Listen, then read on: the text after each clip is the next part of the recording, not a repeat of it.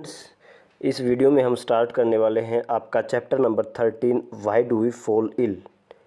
तो इसको हम नोट से ही पढ़ेंगे और आपको इन्हीं नोट्स को अपनी फेयर नोटबुक में लिखना है। तो आप साथ साथ भी लिख सकते हैं या चैप्टर जब कंप्लीट हो जाएगा उसके बाद आपको इन नोट्स की PDF सेंड की जाएगी तो आप उससे भी लिख सकते हैं। तो चलिए स्टार्ट करते हैं chapter number 13 why do we fall ill.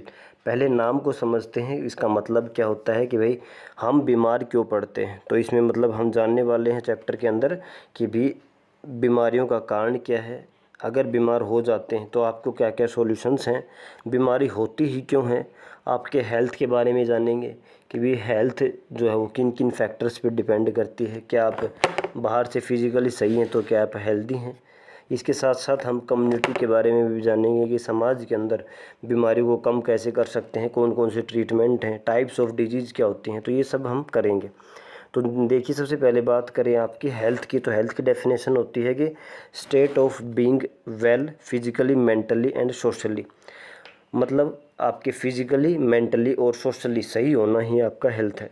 Healthy person मतलब कि जो हेल्दी पर्सन होता है वो फिजिकली मतलब बाहर से देखने में, मेंटली मतलब उसका दिमागी संतुलन, उसकी सोच सब सही है, एंड सोशली मतलब सामाजिक रूप से भी उसका समाज में भी सभी लोग उसकी रेस्पेक्ट करते हैं और वो अच्छा है, जिसका जो हम क्या बोलेंगे, जिसकी इमेज जो है उस समाज में भी अच्छी है, तो वो हेल्दी पर्सन है।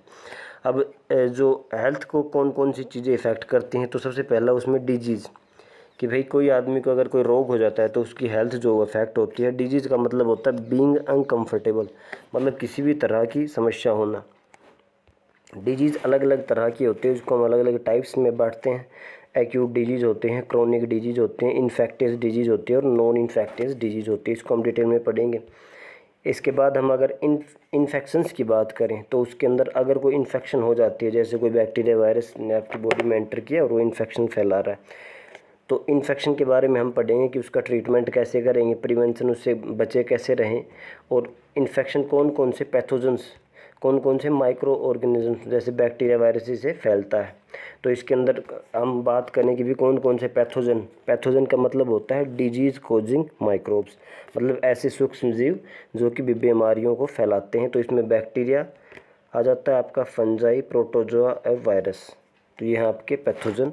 अगर हम बात करें प्रिवेंशन की कि भाई इन पैथोजन से कैसे बचें, तो उसमें कुछ जर्नल वेज होते हैं सामान्य रूप से कैसे बचें, और कुछ स्पेसिफिक वेज होते हैं जैसे कि आपको इम्यूनाइजेशन दी जाती है, जैसे कि आपको पोलियो से बचने के लिए पोलियो की ड्रॉप्स पिलाई जाती हैं, तो वो क्या है, एक स्पेशल तरीका है। तीसरा क्या है, भी ट्रीटमेंट कैसे करेंगे, ये जो इन्फेक्शन हो रही है इसको कैसे रोकेंगे, तो उसमें मेडिसिन आती है और एंटीबायोटिक्स दी जाती है। साथ में हेल्थ को आपकी जो पर्सनल और कम्युनिटी इश्यूज जो होते हैं, मतलब स्वयं के और समाज के जो इश्यूज हैं वो दोनों भी अफेक्ट करते हैं आपकी हेल्थ को। तो देखिए, स्टार्ट करते हैं नोट से। Health is a general condition of person mind and body, मतलब कि कोई आदमी है उसकी कंडीशन कैसी है, उसका दिमाग और शरीर की कंडीशन कैसी है, अच्छी कंडीशन है तो वो हेल्दी है। अकॉर्डिंग टू WHO की फुल फॉर्म याद रखनी है, world health organisation, WHO world health organisation, एक नंबर में पूछा जा सकता है। अगर हम WHO की डेफिनेशन की बात करें तो a state of physical, mental and social wellbeing of a person, तो यह है आपकी डेफिनेशन हेल्थ की। तो अगर आपको क्वेश्चन आता है डिफाइन हेल्थ, तो आपको लिखना है state of physical, mental and social wellbeing of a person, मतलब कोई आदमी है जो फिजिकली, सोशली, सामाजिक रूप से, मेंटली, दिमागी रूप से सही है, तो उसको हम हेल्दी कहेंगे। To make people aware and conscious of keeping healthy and disease free, we celebrate world health day on 7 April. इसको भी याद रखना है भाई कि भी वर्ल्ड हेल्थ डे कब मनाया जाता है, मतलब डिजीज़ के बारे में लोगों को अवेयर करने के लिए और उनको अच्छे से हेल्दी रहने के लिए वर्ल्ड हेल्थ डे मनाया जाता है हर एक साल 7 अप्रैल को। देखिए, अब एक एक पॉइंट वाइज लिखेंगे। हेल्थ, वही सबसे पहला पॉइंट है हेल्थ की definition. Health is a state of being well enough to function well physically, mentally and socially. वही बात बार बार आ रही है, वही लाइन कि भाई फिजिकली, मेंटली और सोशली वो अच्छे से रहे, सभी काम कर सके और वो सही रहे, तो वही आपकी हेल्थ है। डिजीज़ क्या होती है, डिजीज़ की definition, any disturbance in the structure, function और एनी ऑर्गन और पार्ट ऑफ द बॉडी।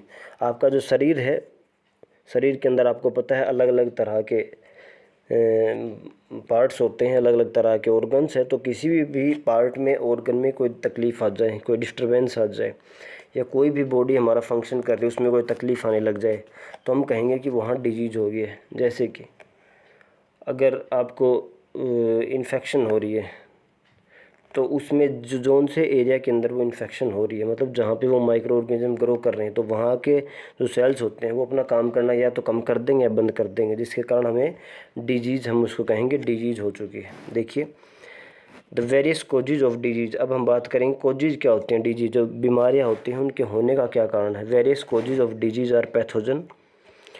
तो अलग अलग कोज होते हैं जिसका कारण है पैथोजन। पैथोजन की डेफिनेशन की बात करें तो छोटे छोटे माइक्रो ऑर्गेनिजम्स जो कि डिजीज़ करते हैं उसको हम कह देते हैं पैथोजन। क्या कहेंगे, disease causing micro organisms are called pathogen. तो डिजीज़ करने के जो ये कारण होते हैं पैथोजन्स। अगला है भी लैक ऑफ न्यूट्रिशन डाइट। जो आपकी डाइट है, जो आपका खाना है, उसके अंदर कहीं ना कहीं न्यूट्रिशन की कमी है। आप एक ही चीज़ को बार बार खा रहे हो और उसमें न्यूट्रिशन नहीं है मान लो। बॉडी को रिक्वायरमेंट होती है सभी तरह के न्यूट्रिएंट्स की। अगर हम एक ही तरह का खाना खाते रहते हैं लगातार तो उस खाने में जो न्यूट्रिएंट्स हैं सिर्फ वही बॉडी को मिलते हैं। अगर मान लीजिए कोई न्यूट्रिएंट उसमें नहीं है तो वो बॉडी को नहीं मिलेगा, तो वो क्या हो गया, लैक ऑफ न्यूट्रिशन हो जाएगा, तो जिसके कारण भी डिजीज़ होती है। Balance diet and lack of public health services. Balance diet नहीं मिल रही। बैलेंस डाइट क्या होती है, ऐसी डाइट जिसके अंदर की बॉडी को जितने भी न्यूट्रिएंट्स होते हैं उसकी टाइम टू टाइम बॉडी को रिक्वायरमेंट है उसकी पूरी होती रहे। तो बैलेंस डाइट जिसके अंदर सभी जो आपके अलग अलग न्यूट्रिएंट्स हैं, कार्बोहाइड्रेट, फैट, प्रोटीन, विटामिन, जो लिपिड, सभी जो है वो अच्छे से प्रेजेंट रहें जितना आपकी बॉडी को रिक्वायरमेंट है, तो बैलेंस डाइट। तो बंदा बैलेंस डाइट नहीं ले रहा है या न्यूट्रिशनल डाइट नहीं ले रहा है, उसके कारण भी डिजीज़ होती है। और लास्ट आपका lack of public health services. जो जैसे कि आपके नॉर्मल हॉस्पिटल वगैरह हैं, पब्लिक हेल्थ सर्विसेज, जो भी सामान्य स्वास्थ्य की सुविधाएं उसमें कमी हो।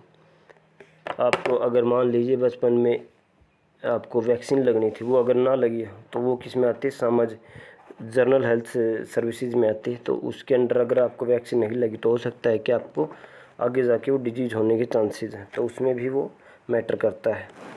तो डिजीज़ के किसके ऊपर डिपेंड होते हैं भी, कोजेज आपके पैथोजेंस हो सकते हैं, लैक ऑफ न्यूट्रिशनल डाइट या बैलेंस डाइट, और तीसरा क्या होता है, lack of public health services. 3 main causes है।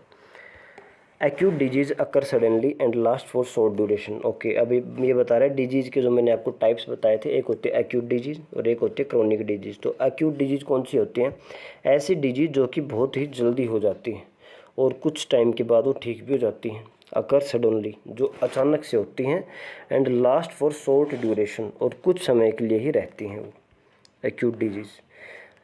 वाइल क्रोनिक डिजीज़ क्या होती हैं, क्रोनिक डिजीज़ डेवलप स्लोली, जो धीरे धीरे होती रहती हैं, शरीर में होती रहती हैं, धीरे धीरे इकट्ठी होती रहती हैं, and last for long period of time, और बहुत समय के लिए वो रहती हैं।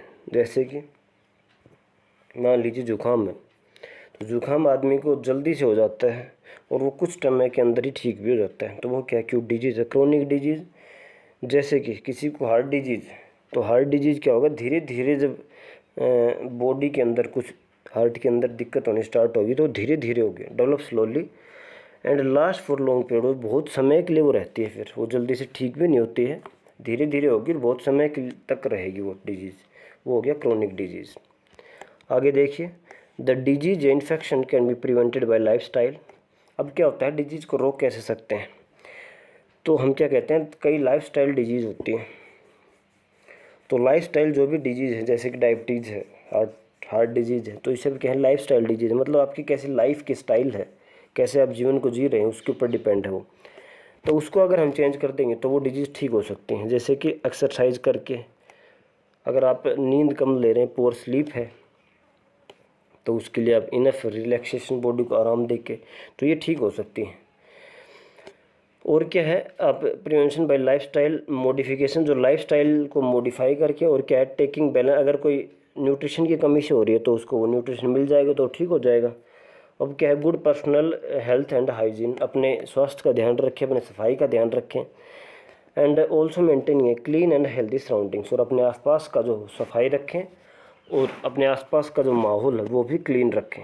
तो ये सब क्या है आपके हेल्थ को मतलब आपके डिजीज़ को रोकने के तरीके हैं कि भाई किसी भी तरह की अगर मान लीजिए आपको ये तो पता है कि जहाँ ज़्यादा गंदगी होगी वहाँ ज़्यादा डिजीज़ होने के चांस हैं।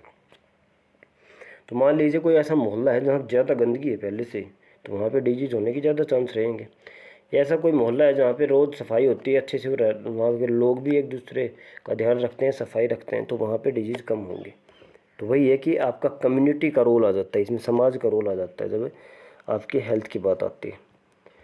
Treatment involve killing of microbes and pathogen. तो जो हमने ऊपर पढ़ा था वही है आपके भी। ट्रीटमेंट क्या है, तो वही इसके अंदर माइक्रोब्स को मारने का काम किया जाता है, पैथोजन्स को मारने का काम किया जाता है। वो अलग अलग तरीके से होता है, मेडिसिन दी जाती हैं, एंटीबायोटिक्स दी जाती हैं अलग अलग। उसकी यदि मार नहीं सकते तो उसको रोक सकते हैं। और इम्यूनिटी जो आपकी इम्यून सिस्टम है, डिफेंस मैकेनिज्म, जैसे कि हमारा देश है, हमारे देश के अंदर कोई भी बाहर से कोई अटैक करता है तो हमारे देश के बॉर्डर के ऊपर हमारे जवान खड़े हुए हैं, तो हमारे देश को बाहर से की सीमा से कोई भी अंदर नहीं घुस सकता। ऐसे ही हमारा शरीर भी क्या है, इसके अंदर बहुत सारे जवान हैं।